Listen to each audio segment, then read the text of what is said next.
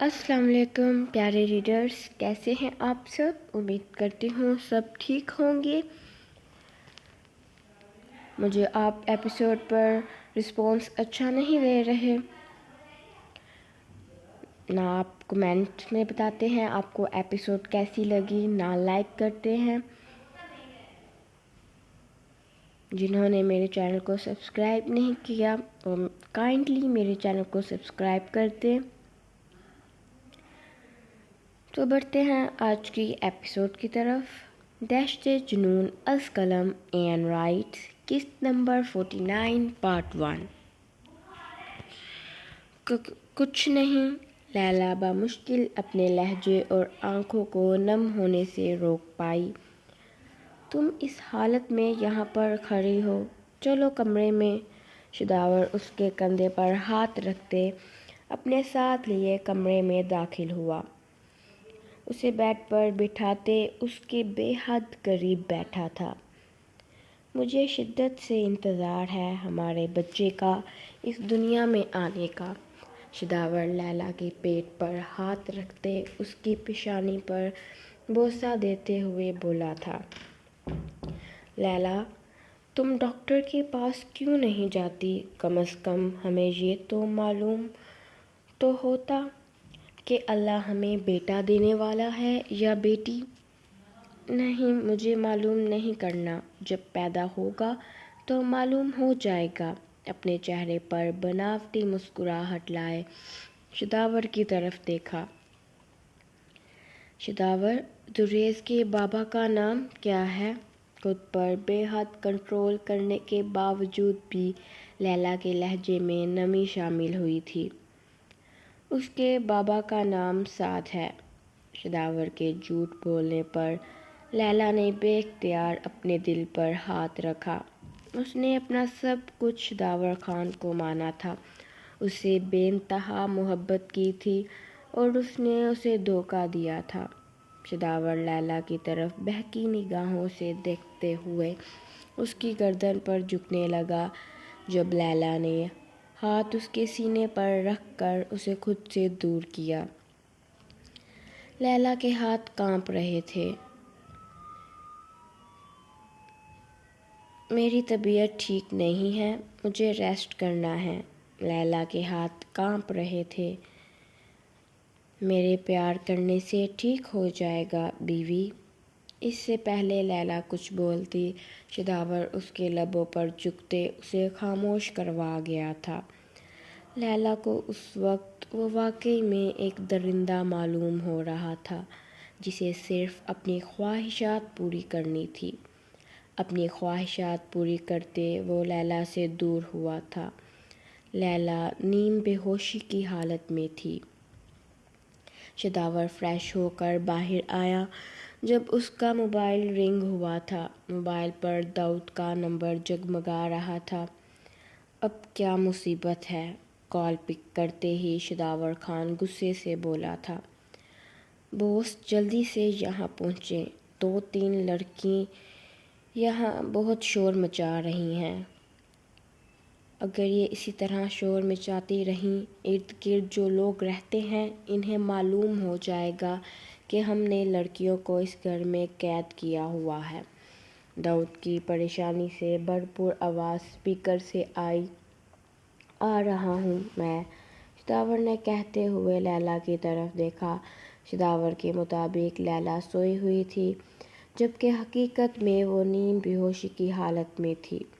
شداور کار کی چابیاں اٹھاتے گھر سے جا چکا تھا۔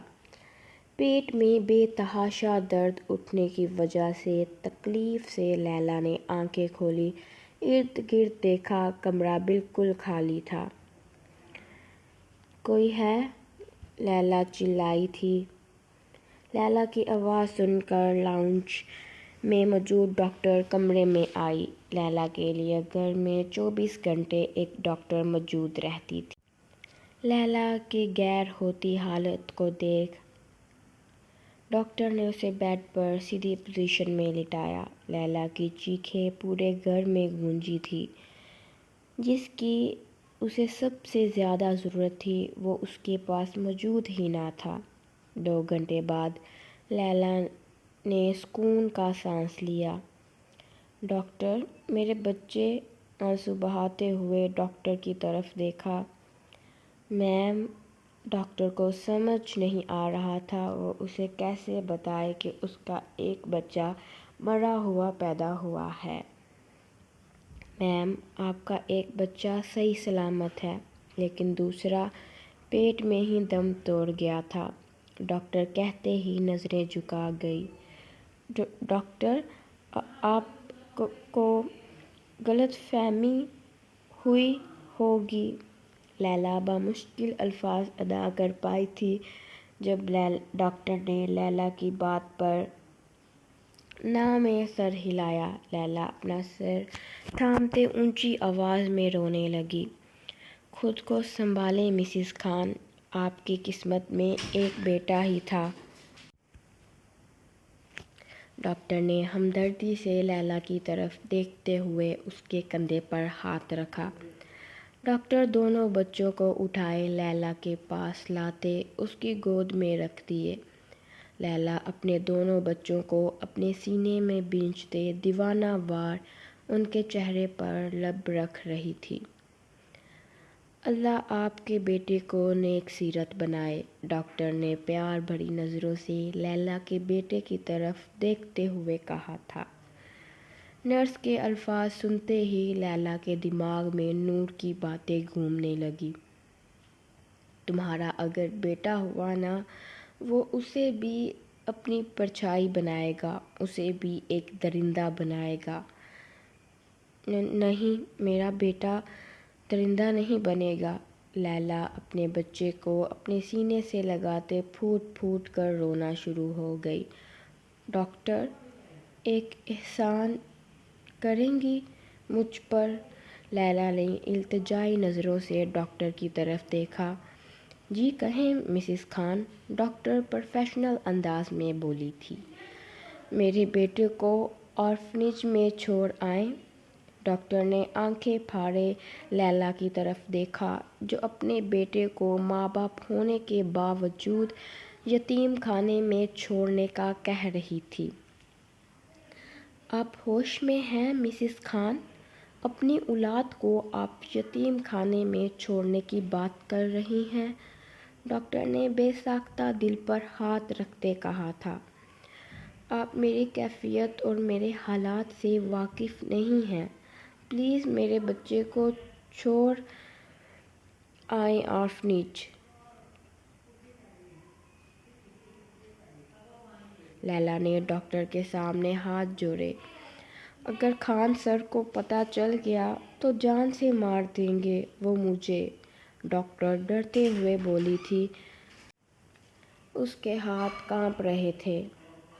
انہیں کچھ نہیں پتہ چلے گا، ہم نے چیک اپ وغیرہ کچھ نہیں کروایا تھا، انہیں نہیں معلوم کہ 2 بچے ہیں، آپ کہہ دینا بچہ میرے پیٹ میں ہی مر گیا تھا، لیلا کہتے ہی چہرہ ہاتھوں میں چھپاتے ہچکیاں لیتے رونے لگی۔ آپ کا اٹل فیصلہ ہے یہ؟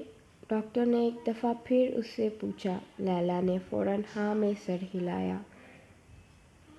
ڈاکٹر نے اس بچے کو اٹھا لیا جو زندہ تھا، اسے ساتھ لیے وہ گھر سے چلی گئی تھی۔ یا اللہ مجھے صبر دے، میں نے اپنے بچے کی حفاظت کے لیے یہ سب کیا ہے، میری کیسی قسمت لکھی ہے تو نے اے خدا، جس کو میں نے خود سے بڑھ کر چاہا اس نے مجھ سے دغا کی۔ میں ایک ایسا درندہ صرف شخص کے ساتھ رہ رہی تھی جس نے ایک لڑکی کو نکاح میں لینے کی بجائے اسے ایک شیخ کی طرح خریدا، اس سے حرام تعلق بنایا، اور جب اس حرام تعلق کی وجہ سے اولاد پیدا ہوئی اسے اس کی ماں سے دور کر دیا تاکہ وہ اسے خود جیسا بنا سکے۔ میں نہیں چاہتی میرا بیٹا اس جیسا درندہ بنے۔ لیلا اوپر کی طرف دیکھتے ہوئے اپنے خدا سے شکوہ کر رہی تھی۔ اے خدا، میں جانتی ہوں میں تجھ سے شکوہ کر رہی ہوں۔ ایک تو ہی تو ہے واحد جس سے ہم شکوہ بھی کر لیں تو ناراض نہیں ہوتا۔ اتنا کہتے ہی لیلا پھر سے اونچی آواز میں رونا شروع ہو گئی۔ تقریباً 2 گھنٹے وہ روتی رہی۔ ڈاکٹر کو کمرے میں داخل ہوتے دیکھ لیلا نے اپنے آنسو صاف کیے۔ جب اپنی اولاد سے دوری برداشت نہیں کر سکتی آپ تو کیوں بھیجا آپ نے اسے وہاں؟ ڈاکٹر نے نم آنکھوں سے اس کی طرف دیکھتے ہوئے پوچھا۔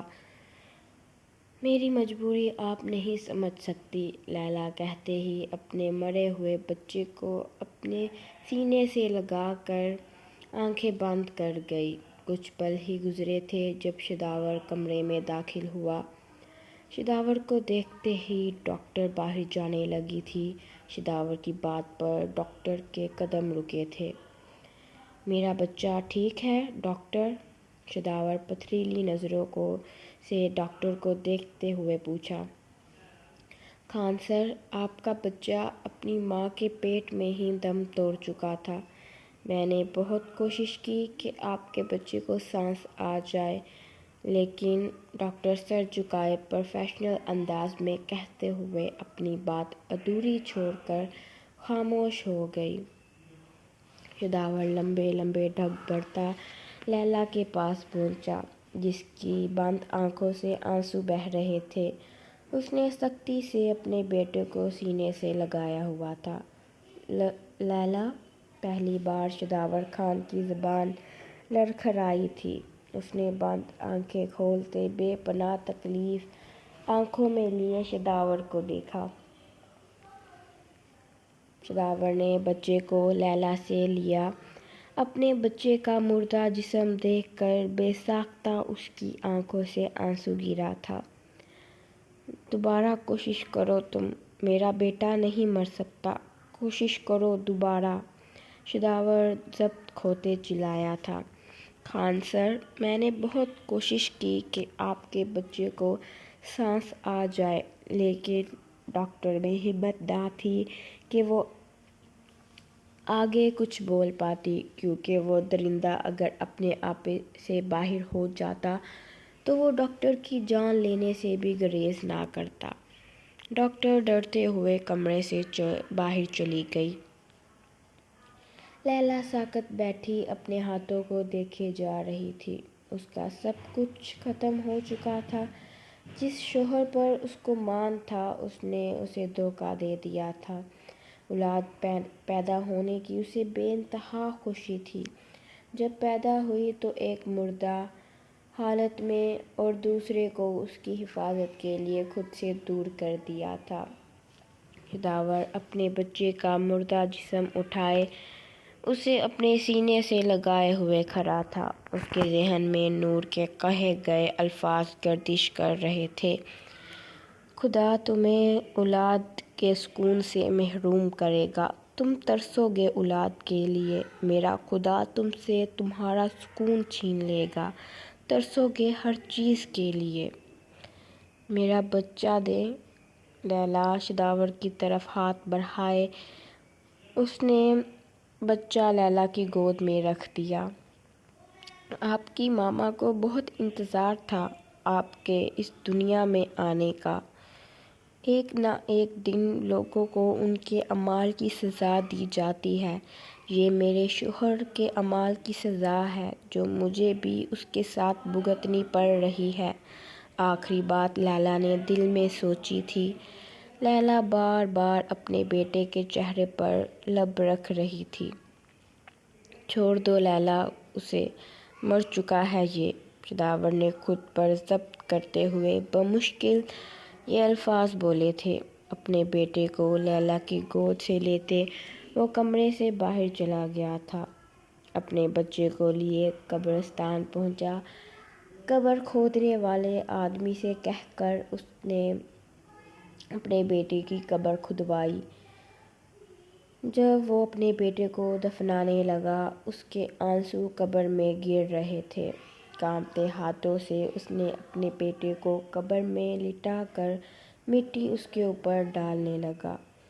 شداور خان کو صحیح معنوں میں علم ہو گیا تھا درد کیا ہوتا ہے اپنی اولاد کو کھونے کا۔ آج پتھر کا موم بننے کو دل چاہ رہا تھا۔ شداور نے بھیگی پلکوں سے اپنے بیٹے کی قبر کو دیکھتے اپنی آنکھوں کو رگڑ کر صاف کر کے خود پر کھول چڑھا گیا۔ خدا سزا دیتا ہے انسان کے عمل کی جو اس نے کیے ہوں، اور شداور خان کو بھی اس کے عملوں کی سزا دی جانی تھی۔ اس نے منہ کے بل گرنا تھا۔ احمد ارسلان کو گود میں اٹھائے بیک گراؤنڈ سے ٹیک لگا کر بیٹھا ہوا تھا۔ ارسلان کو دیکھتے احمد کی آنکھیں نم ہوئی تھیں۔ اس کے دل میں خیال آیا کہ کاش اس کا دوسرا بیٹا بھی زندہ ہوتا۔ میرے چوئنگم، تمہاری ماں کو نہیں بتایا ہم نے کہ تمہارا ایک اور بھائی بھی تھا۔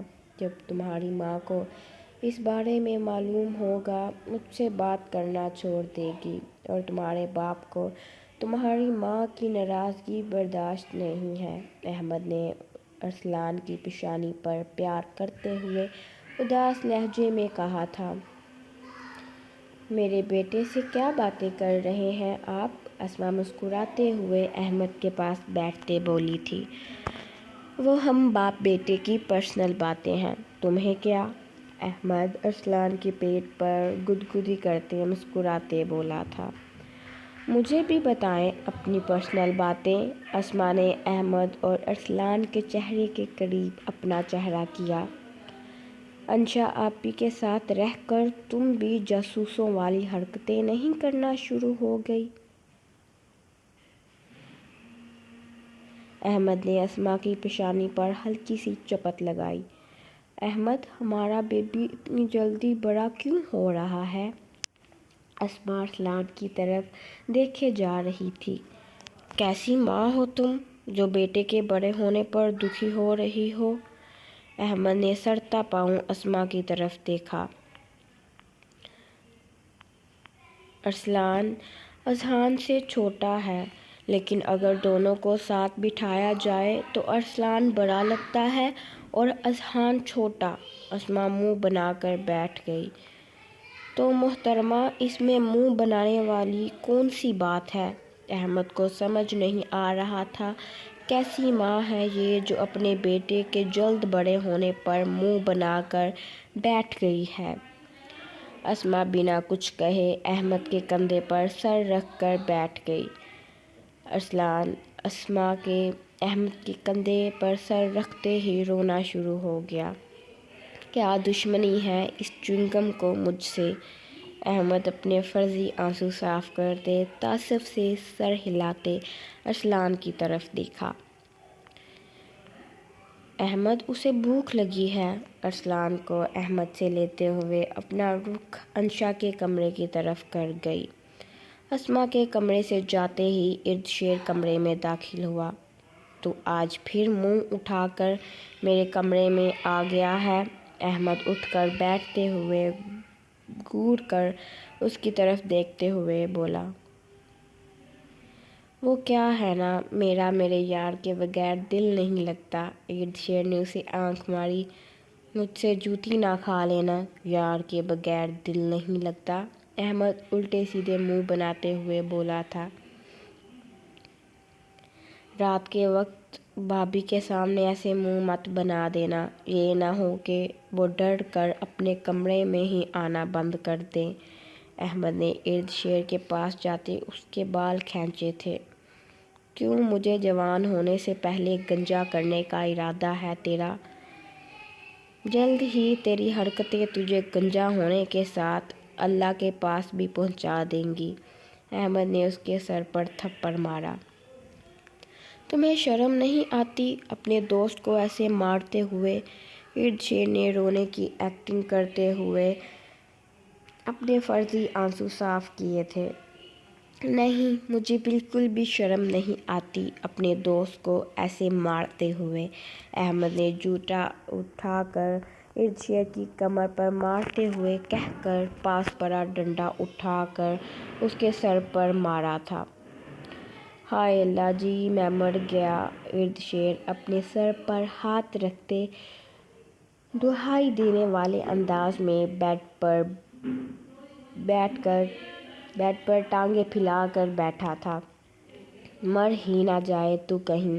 احمد بیڈ پر بیٹھتے اسے بیڈ سے نیچے دھکا دے گیا۔ ارد شیر منہ کے بل نیچے گرا تھا جس کی وجہ سے اس کے ناک سے خون بہنا شروع ہو گیا۔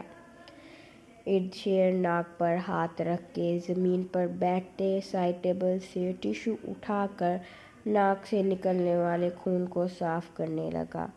ہائے میری نازک حسینہ کو چوٹ لگ گئی۔ احمد زمین پر پڑا۔ زمین پر اس کے پاس بیٹھتے ہوئے اس کے کندھے پر سر رکھتے آنکھوں میں شرارت لیے بولا تھا۔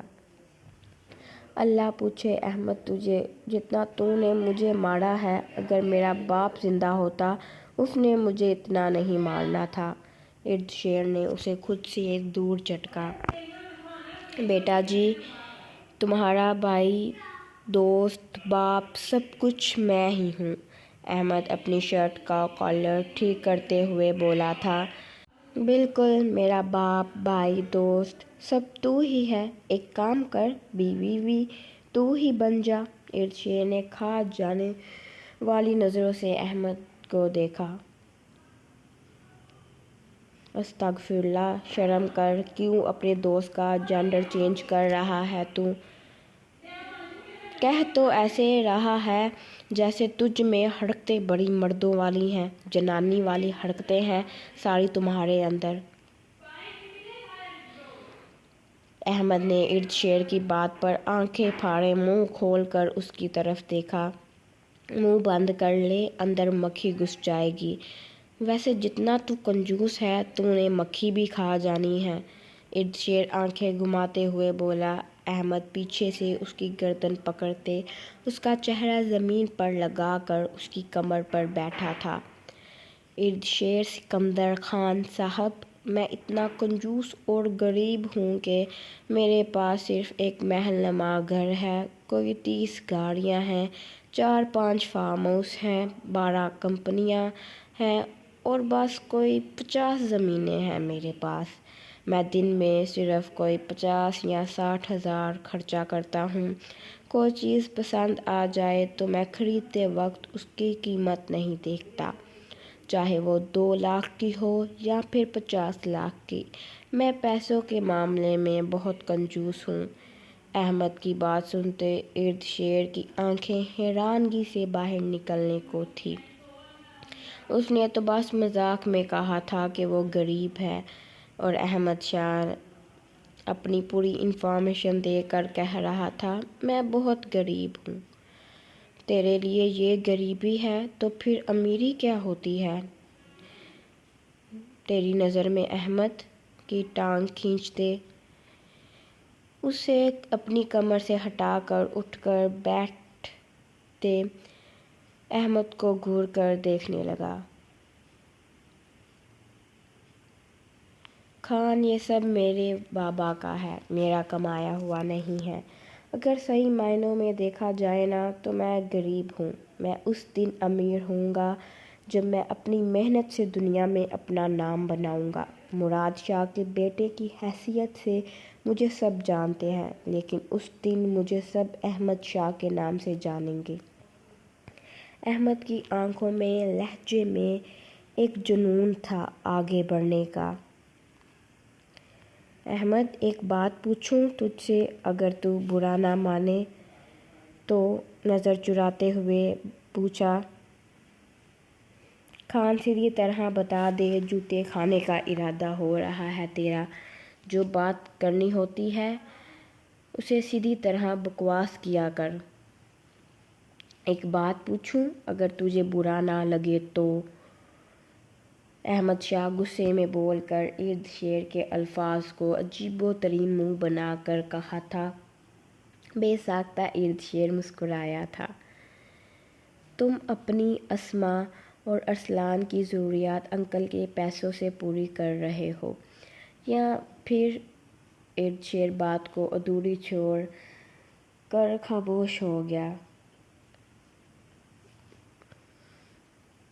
اپنے پیسوں سے۔ میں صرف آفس اسما اور ارسلان کے لیے جاتا ہوں۔ میں اپنی بیوی اور بیٹے کو کسی پر بوجھ نہیں بنانا چاہتا۔ خان، میں بابا سے پہلے ایک ماہ کی تنخواہ لیتا تھا، لیکن اب میں روزانہ کی محنت کے پیسے لیتا ہوں اور ان پیسوں سے اسما اور ارسلان کی ضروریات کا سامان لے کر آتا ہوں۔ میں اپنی کمپنی میں امپلائی بن کر کام کر رہا ہوں۔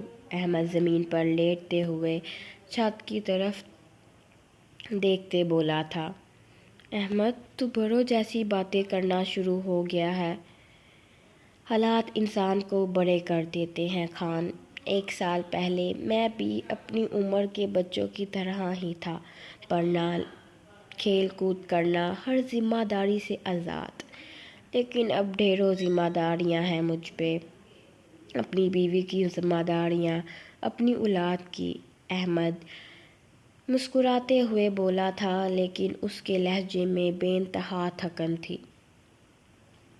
تجھے معلوم ہے خان، جب بابا کہتے ہیں نا کہ بچوں جیسی حرکتیں نہ کیا کرو، پھر مجھے لگتا ہے کہ میں اپنی اولاد کی شاید تربیت نہ ٹھیک سے کر پاؤں، کیونکہ میری خود حرکتیں ابھی بچوں کی طرح ہیں۔ میں بہت سے کام ایسے کر جاتا ہوں جو بچے کرتے ہیں۔ احمد کی آنکھوں سے آنسو گر کر اس کے بالوں میں جذب ہو رہے تھے۔ احمد، تمہاری عمر ابھی زیادہ ذمہ داری اٹھانے کی نہیں ہے۔ تم 16 سال کے بھی نہیں ہوئے اور بے انتہا ذمہ داریاں ہیں تم پر۔ اس طرح اداس رہنے سے سب کچھ حل نہیں ہو جائے گا۔ ہمت کرو اور اپنی ان ذمہ داریوں کو خوشی خوشی نبھاؤ۔ بہت خوش قسمت ہو، تمہارے ساتھ تمہاری فیملی ہے، تمہارا بھائی، تمہارے بابا، تمہاری امی، سب تمہارے ساتھ ہیں۔ شیر نے اس کا ہاتھ تھامتے اسے بٹھایا تھا۔ اچھا ٹھیک ہے، اب زیادہ سینٹی نہ ہو، میرا موڈ بھی آف کر دیتا ہے۔ احمد ارد شیر کے سر پر تھپڑ مارتے ہوئے بولا تھا۔ ایک تو پتہ نہیں تیرے تھپڑ مارنے والی عادت کب جائے گی۔ ارد شیر نے منہ بنایا۔ ہائے، میری نازک حسینہ ناراض ہو گئی ہے مجھ سے۔ احمد اس کے گلے لگتے ہوئے شرارتی لہجے میں بولا تھا۔ بھابھی، انشا آپی، احمد مجھ پر لائن مار رہا ہے۔ ارد شیر اسما اور انشا کی طرف دیکھتے ہوئے بولا تھا۔